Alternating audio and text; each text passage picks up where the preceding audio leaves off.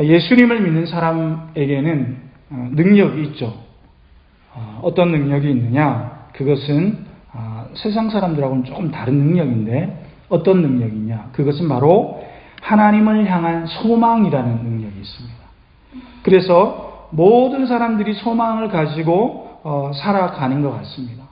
어떤 사람은 요즘 시끄러운 부동산, 그래서 어떤 사람은 뉴스를 보니까 1억에 집을 사가지고 그 집이 이제 가치가 올라가지고 10억이 돼가지고 좋아하는 사람도 있고, 또 지금 이제 전세 대란이 일어나가지고 전세가 다 없어지고 이제 월세로 또 전환한다고 그러고, 집주인들이, 집 있는 사람들이 또 굉장히 힘들어지고, 또 월세 사는 사람들도 힘들어지고, 또 청년들은 또 이제 집값이 너무 뛰니까 이거 이제 집을 살 수 없어서 힘들고, 또 50대들은 돈을 40대 50대는 돈을 지금까지 열심히 모았는데 집 한 채 살라고 지금 완전히 엉망이 돼가지고 집을 사기도 힘들고 모두가 또 힘듭니다.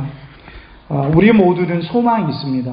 남자들 같은 경우는 멋진 차를 한 대 사기 위해서 열심히 일을 하죠. 그래서 결혼도 하고 어떻게 소망이 없는데 멋진 차를 보면서 이렇게 기분이 좋아하기도 합니다.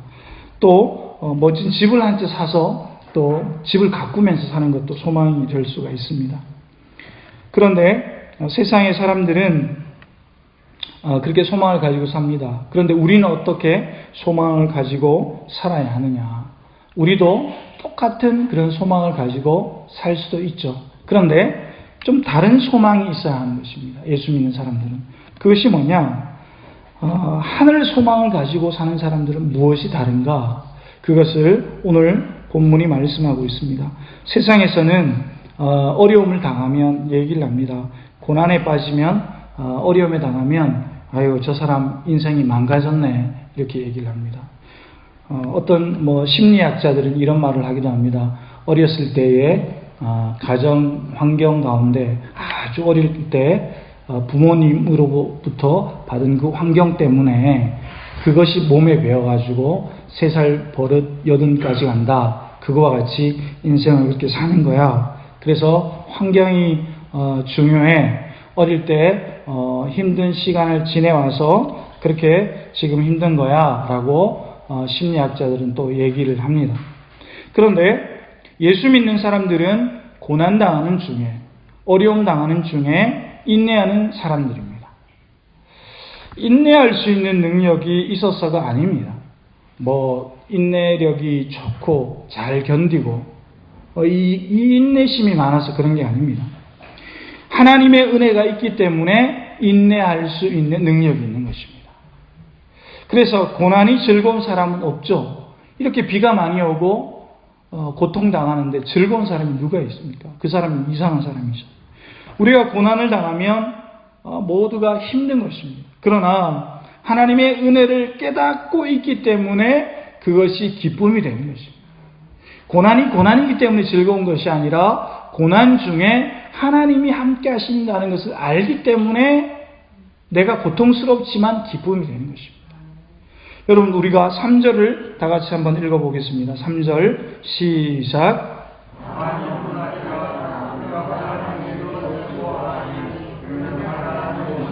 4절을 제가 읽겠습니다. 인내는 연단을, 연단은 소망을 이루는 줄 알미로다.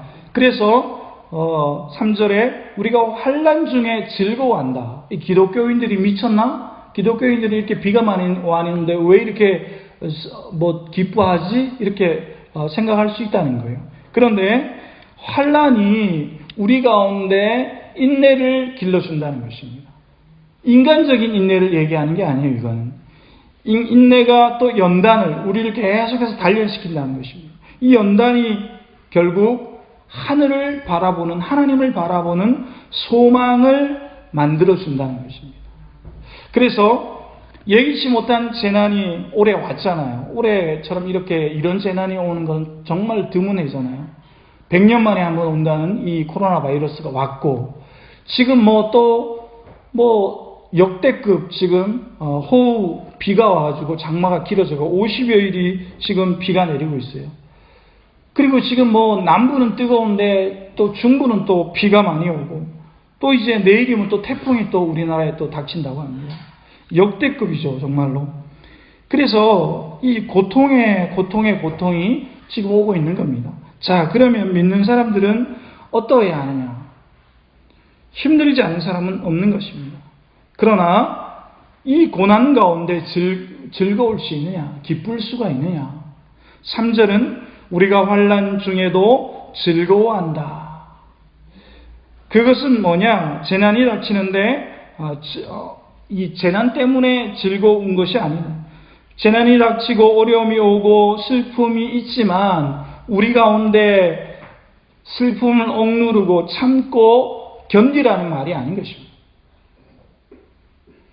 힘든데 어떻게 우리가 그것을 극복할 수 있는 힘이 있겠습니까? 여기서 기뻐하라라는 말은 원어의 뜻을 찾아보니까 자랑하다, 소망 위에서 소망에 기대어서 자랑하다라는 뜻을 가지고 있어요. 그게 무슨 말이냐? 재난은 재난이고 고난은 고난이고 어려움은 어려움인데 그걸 내가 겪고 있지만 앞으로 하나님께서 더 크고 이 재난을 통해서 어려움을 통해서 나를 단련시키시고 이 단련시키신 이후에 하나님께서 나를 강하게 하시고 하나님께서 더 많은 복으로 축복으로 채워주실 그 소망으로 인하여 기뻐하라는 것입니다. 영적인 눈을 가지고 있는 사람은 멀리 볼 수 있다는 것입니다. 당장 우리가 한 달을 사는 게 아니니까 당장 6개월을 사는 게 아니니까 당장 1년 살고 끝나는 것이 아니기 때문에 더 멀리 보라는 것입니다. 하나님께서 고난의 시간을 통과하게 하시고 고통의 터널을 통과하신 이후에 하나님께서 더 크게 갚아주신다는 것입니다. 그러므로 오늘 성경은 우리에게 증언하고 있는 것입니다. 우리가 환난 중에서 즐거워할 수 있다. 그것은 환난은 인내를 만든다. 인내는 연단을 만들고 연단은 소망을 이루는 줄로 알미로다. 아멘. 욥이 이렇게 고백합니다. 욥은 재산이 많았어요. 소도 많았고 양도 많았고 염소도 많았어요. 부자였죠. 뭐 평생 먹고 살 수 있는 충분한 양의 재산이 있었고 자녀들도 많았어요. 그런데 하나님께서 하루아침에 광풍을 불게 하셔가지고 자녀를 다 죽입니다. 이 소떼 양떼 다 재산을 다 가져가 버리시는 겁니다. 쫄딱 망하게 하시고 몸에는 병이 들게 하시는 겁니다. 그런데 상상할 수 없는 고통, 옆에 있는 사람들이 와가지고 야 너는 어떻게 그런 고통 가운데 하나님을 찾느냐? 그런 고통 가운데 네가 어떻게 살 수 있냐? 차라리 자살해서 죽어라 라고 얘기합니다. 그러나 이 욥이 그런 모든 상상할 수 없는 고통을 다 지나고 깊은 신앙의 사람이 되어서 고백하는 한마디가 있습니다. 욥기 42장에 보면 32장 5절에 보면 환난을 당하기 전에는 내가 하나님에 대해서 귀로만 들었습니다. 귀로만 들었다는 거예요. 하나님. 그러나 이제는 눈으로 하나님을 더 깊이 알고 하나님을 봅니다. 이런 고백을 하는 거예요. 여러분, 그래서 우리가 환난 자체는 너무나 고통스럽고 어렵지만 그 환난 가운데 하나님을 직접 만날 수 있기 때문에 하나님의 일하심을 직접 눈으로 볼 수 있기 때문에 그 자리까지 가기는 너무나 고통스럽고 어렵지만 하나님을 볼 수 있기 때문에 우리에게 기쁨이 있다 이 말씀인 겁니다. 지금 바울은 감옥에 있는 것입니다. 바울은 감옥에 있지만 고린도 교회 성도들의 로마에 있는 성도들에게 이 얘기를 하는 것입니다.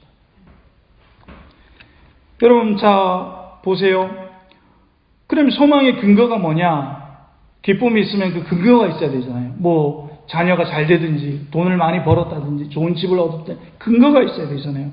그 근거가 뭐냐? 5절에 그 근거가 나옵니다. 자, 5절을 다 같이 한번 읽어보겠습니다. 5절 시작.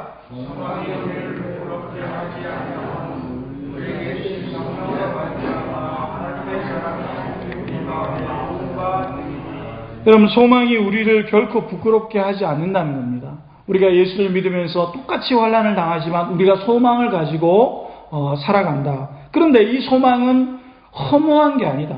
사람들이 뭐하냐 지금 비가 많이 와서 다 떠내려가는데 뭔 그렇게 기도할 시간이 있느냐. 빨리 치워야 되지. 그러나 우리가 소망을 가지는 이유가 있습니다. 그 소망을 가지는 것이 부끄럽지 않은 이유가 있습니다. 그것이 뭡니까? 바로 성령으로 말미암는다는 것입니다. 국가에서 특별 재난지역으로 선포하고 정부에서 적극적으로 도와주지만 그것보다 더 직접적인 도움이 있다. 그것은 뭐냐? 성령 하나님께서 함께 하시고 성령 하나님께서 함께 하신다는 것이 무엇입니까? 내 인생을 책임지신다는 그 성령 하나님은 뭐냐? 하나님의 사랑이 우리 마음에 부음바 되었다. 성령 하나님께서 함께 하신다는 것은 하나님의 사랑이 나와 함께 하신다는 것입니다. 여러분, 인생은 짧은 게 아니에요. 일주일 살고 끝나는 게 아니잖아요. 더 가봐야 하는 것입니다. 하나님께서 어떻게 재난을 넘어서 어떻게 역사하시는가? 내 인생 가운데 하나님 앞에 내가 재난 가운데, 어려움 가운데, 고통 가운데 하나님을 예배하고 하나님을 바라보고 하나님 앞에 무릎 꿇었을 때 하나님은 어떻게 갚으시는가? 그것은 성경이 우리에게 말씀하시는 거예요. 내 하나님을 어떻게 갚으시나 보라. 여러분, 그래서 환경이나 신앙 때문에, 우리 더 넓은 영역으로 얘기하면 신앙 때문에 어려움을 당할 때 우리에게 소망이 있는 것입니다. 그 소망이 뭐냐? 그 소망은 우리를 부끄럽지 않게 한다. 그 부끄럽지 않는 소망이 뭐냐? 하나님이 나와 함께 하시는 거고, 그것은 바로 하나님의 사랑을 표현하는 것이다. 쉽게 얘기하면 뭡니까? 성령 하나님께서 나와 함께 하시고 나를 고난에 있든지 즐거움에 있든지 항상 하나님의 사랑이 나한테 있다는 겁니다. 여러분, 그렇게 늘 고백하시는, 하나님 사랑합니다 라고 고백하시는 여러분 되시기를 예수님의 이름으로 축복합니다. 목회데이터 연구소라는 곳이 있습니다. 이것이 하는 곳이냐면, 우리나라의 모든 설문조사 데이터가 나오면 이걸 다 취합을 해가지고 보기 쉽게 만들어가지고 목회자나 교회 기관에게 이렇게 제공해 줍니다. 그래서 이제 쉽게 이렇게 우리나라의 상황을 쉽게 보라고 이렇게 보고서를 제출해 줍니다. 그런데 거기 19호에 보면 우리나라에 올해 이제 발간된 건데, 우리나라 사회의 혐오 표현이, 그러니까 상대방을 싫어하는, 어떤 집단적으로 싫어하는, 그게 어느 정도냐 조사를 했더니 96%가 우리나라 사람들이 혐오감을 느낀다는 거예요. 96%가. 96%면 사실 전부죠. 모든 사람이 차별을 하거나 또 어떤 집단에 대해서 비하하거나 어떤 뉴스를 보면 또 위협하거나 내가 가해자가 되기도 하고 또 내가 피해자가 되기도 하고 그렇게 한다는 겁니다.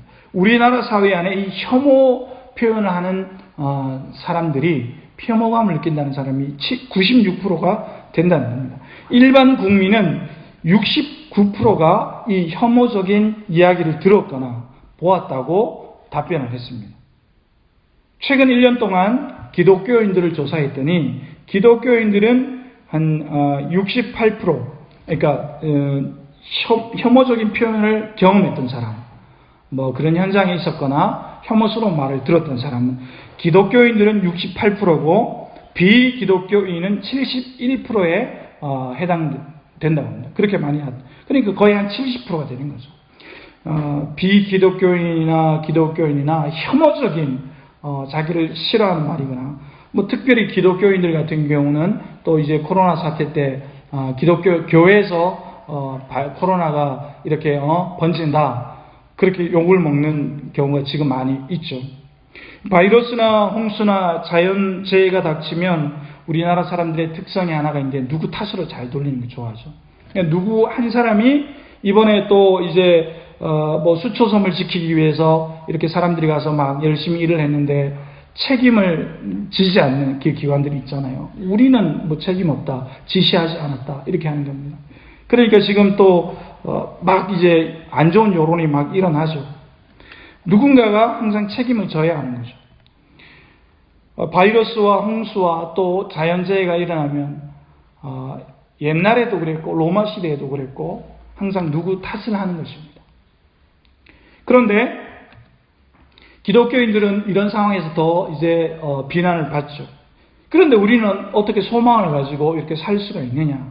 근거가 뭐냐? 이유가 뭐냐? 그것은 바로 하나님께서 사랑하신다는 것입니다. 모든 비난 가운데, 어려움 가운데 하나님의 사랑은 변치 않는다는 거예요. 여러분, 역사를 보면 우리나라 초기에 선교사들이 와가지고 사회운동을 많이 하고 술, 담배 끊고 일본 사람들이 우리나라를 압제할 때에 사회운동을 일으켜가지고 학교를 세우고 병원을 세우고 사회 정화운동을 하고 술 먹으면 안 된다, 사창가에 가면 안 된다, 그렇게 운동을 많이 했어요. 그래서 사회가 굉장히 깨끗해졌어요. 그런데 그런 시대가 다 지나고 경제가 급속도로 발전하니까 이제 사회가 기독교를 욕하는 것입니다. 사람이 얼마나 간사한가를 우리는 알 수가 있어요. 하나님께서 우리를 또 나를 사랑하시는가? 여러분, 그것을 잘 알고 있으면 우리는 소망을 품고 살 수가 있는 것입니다. 그리고 6절 이하에는 하나님은 그럼 언제 나를 사랑하시는가? 그 말씀을 하십니다. 세 가지를 나눠서 볼 수 있는데, 자, 첫 번째, 하나님은 언제 나를 소망을 품게 하시는가? 언제 나를 사랑하시는가? 첫 번째, 6절과 7절인데, 첫 번째는 우리가 아직 연약할 때 우리를 도우신다는 것입니다. 자, 6절, 7절을 다 같이 한번 읽어보도록 하겠습니다. 시작.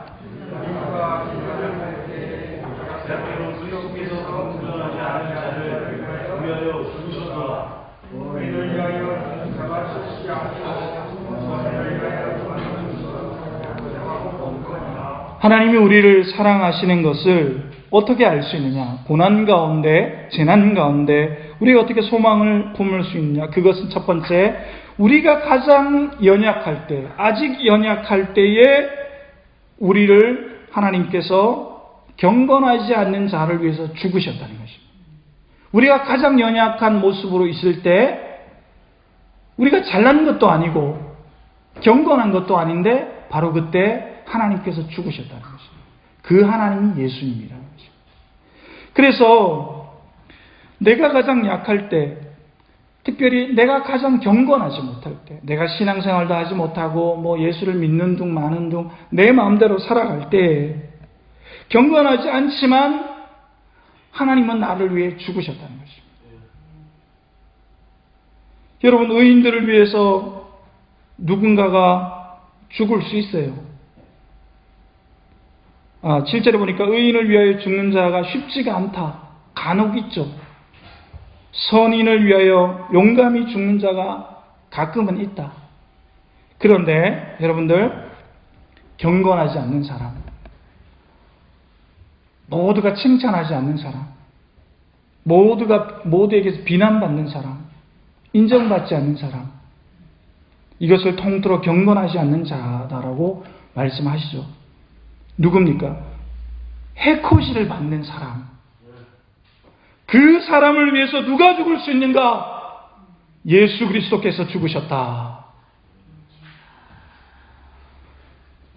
우리가 아닙니다. 우리가. 나를 위해서 주님은 내가 인정받지 못할 때 십자가를 지셨다는 것입니다. 여러분, 이것을 잊지 않는다면 우리는 모든 고난 가운데, 고통 가운데 하나님을 바라볼 수 있는 것입니다. 그 하나님의 사랑이 있기 때문에 하나님을 소망하는 마음이 있는 것입니다. 그러므로 우리가 어떤 어려움 가운데 있다 할지라도 주님의 사랑을 붙들고 우리는 견딜 수 있는 것입니다. 내가 견디는 것이 아닙니다. 내가 승리하는 것이 아닙니다. 하나님의 사랑이 있기 때문에 내가 견딜 수 있는 것입니다. 여러분, 고난 가운데, 이 많은 집중호우 가운데, 많은 또 어려움 가운데, 바이러스 때문에 힘들 때에 하나님이 나를 사랑하심을 늘 고백하시고 소망을 가지고 늘 승리하시기를 예수님의 이름으로 축복합니다. 그럼 언제 또 하나님은 나를 사랑하시는가?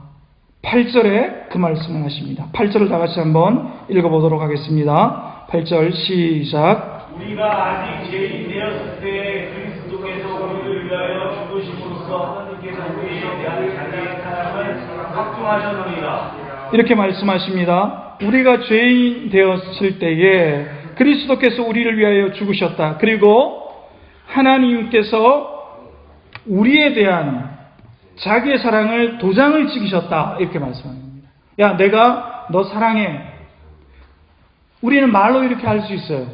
하나님이 우리를 사랑하시죠. 그런데 우리가 가장 죄인이었을 때 하나님은 그냥 하나님께서 사람으로 나타나신 것입니다.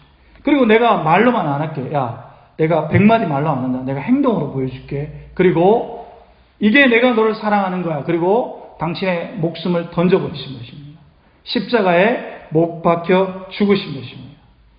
확증했다는 것이 도장을 찍었다는 거잖아요. 법적인 효력이 있는 거잖아요. 증거를 대봐. 그러면 이거야. 그리고 증명서를 내는 거잖아요. 그래서 그러면 이제 우리가 그의 피로 말미암아 의롭다 하심을 받았다.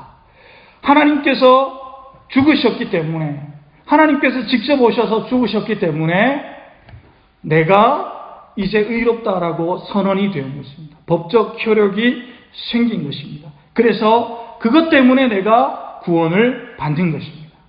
여러분, 이것을 믿으시고 확신하시기를 예수님의 이름으로 축복합니다. 여러분, 세 번째는 뭐냐? 하나님은 언제 나를 사랑하시는가? 언제 고통 가운데 소망이 없을 때 우리가 소망을 품을 수 있느냐? 그 소망은 바로 하나님의 사랑인데, 바로 아직 우리가 원수 되었을 때 우리와 이 죄로 인하여 벽이 생겼는데 하나님께서 그 벽을 허물고 화목케 하셨다는 것입니다. 친구가 되셨다는 것입니다. 10절을 우리가 다 같이 한번 읽어보겠습니다. 10절입니다. 시작. 곧 우리가 원수 되었을 때에 그의 아들의 죽으심으로 말미암아 하나님과 화목하게 되었은즉 화목하게 된 자로서는 더욱 그의 살아나심으로 말미암아 구원을 받을 것이니라. 아멘. 여러분들, 화목하게 되었다는 것은 우리가 이웃집에 가려면 초대를 해야 가잖아요. 그게 예의잖아요. 뭐 가도 되는지 물어보고 가잖아요. 그런데 그런 벽이 있었다는 거예요. 항상 허락을 받고 하나님 앞으로 나아갈 수 있었다는 거죠. 그러나 하나님께서 우리를 허용하시고 죄를 사해 주셨기 때문에 이제 언제든지 네가 원하면 초인종 누리지 말고 문 열고 들어오라는 것입니다. 이제는 언제든지 우리는 아주 가족과 같은 친한 사이이기 때문에 언제든지 찾아올 수 있다는 거예요. 네가 뭐 힘든 일이 있으면 언제라도 엎드려서 기도해라. 내가 너의 이야기를 들어줄게. 그렇게 하셨다는 것입니다. 그리고 곧 그것은 바로 천국으로의 초대라는 것입니다. 우리에게는 죽으면 하나님께로 바로 올라가는 것입니다. 하나님 앞으로 나아가는 것입니다. 그래서 우리에게 모두 구원을 허락해 주셨다는 것입니다. 이 세상 사는 것이 쉽습니까? 쉽지 않습니다. 모두가 어려움이 있고 또 사랑하는 사람을 떠나보낼 때도 있고 인간적인 것 때문에 힘들 때도 있습니다. 그러나 우리가 가지는 정말 최고의 꿈이 뭡니까? 소망이 뭡니까? 우리에게 죽음 이후에 구원을 주님께서 허락하셨다는 것입니다. 그래서 우리는 이 세상이 고난과 재난이 많이 있지만 편안하게 기쁨으로 살 수 있는 거죠. 11절을 보니까 그뿐 아니라 이제 우리로 화목하게 하신 우리 주 예수 그리스도로 말미암아 하나님 안에서 또한 즐거워하느니라. 그래서 우리에게 기쁨이 있는 것입니다. 내가 뭔가를 가져서 내가 뭔가를 많이 있기 때문에 내 일이 잘 풀려서 기쁜 게 아니에요. 내 인생에 대박이 나서 즐거운 게 아니라는 것이에요. 하나님의 사랑이 나에게 확증되었고 도장이 찍혀 있고 예수님께서 나와 함께 하시고 늘 나를 위해서 축복하시고 성령 하나님께서 나와 동행하시면서 나를 늘 돌봐주시기 때문에 기쁨이 넘치는 것입니다. 여러분, 그리스도인들은 환경의 지배를 받는 사람이 아니에요. 환경을 뛰어넘는 사람이에요. 그래서 하나님께 나아가야 할 때 하나님께 나아가셔야 하는 것입니다. 하나님이 부르실 때 그 부르심에 즉각 응답해야 하는 것입니다. 여러분, 제가 우리 교회 와서 이 화가 렘브란트 탕자의 귀향이라는 그 이제 훈련 그 그림을 소개를 했죠. 설교도 했는데 거기 보면 집 나간 탕자가 아버지께 돌아와가지고 아버지가 그를 맞이하는 장면이 나옵니다. 그런데 탕자에게 가장 귀한 것은, 가장 소중한 것은 아버지 품에 있는 것입니다. 아버지 손길 안에 있는 것입니다. 아버지 손길 안에 용서가 있고 아버지 손길 안에 화목이 있는 것입니다. 그래서 아버지 안에 있는 것만 확인이 되면 되는 거예요. 아버지 품에 있으면 모든 것이 되는 겁니다. 근데 사실 이것은 뭐냐면 렘브란트가 자신의 신앙 고백을 하는 그림이었거든요. 자기 삶이 그랬거든요. 여러분, 우리가 아직 죄인 되었을 때 예수 그리스도께서 우리를 위하여 죽으셨다. 여러분, 어떤 장소에 있든지, 어떤 환경에 있든지, 어떤 일의 직면에 계시든지, 어떤 고난이 있든지, 하나님께서 우리에게 대한 자신의 사랑을 확증하셨다. 도장을 찍으셨다. 이것을 잊지 마시고, 여러분들 소망을 가지시고, 살아내시는 한 주간이 되시기를 예수님의 이름으로 축복합니다. 기도하시겠습니다.